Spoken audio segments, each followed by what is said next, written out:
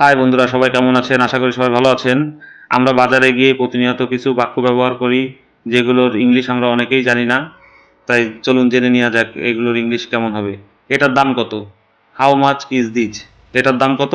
How much is this? আপনি কি একটু কম নিতে পারবেন? আপনি কি একটু কম নিতে পারবেন?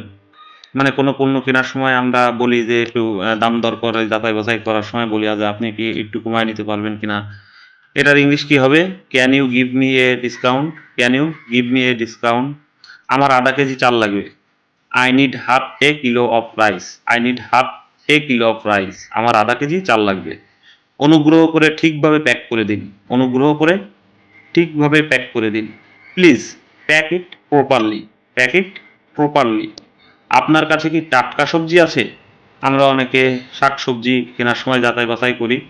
টাটকাটাই আসলে বাজার থেকে কিনতে চাই, কিন্তু আমরা হয়তো বা এর ইংলিশটা কী হবে জানি না। ইংলিশ কী হবে? Do you have fresh vegetable? Do you have fresh vegetable? এ ধরনের আরও অনেক ভিডিও পেতে চ্যানেলটি সাবস্ক্রাইব করে সাথেই থাকুন।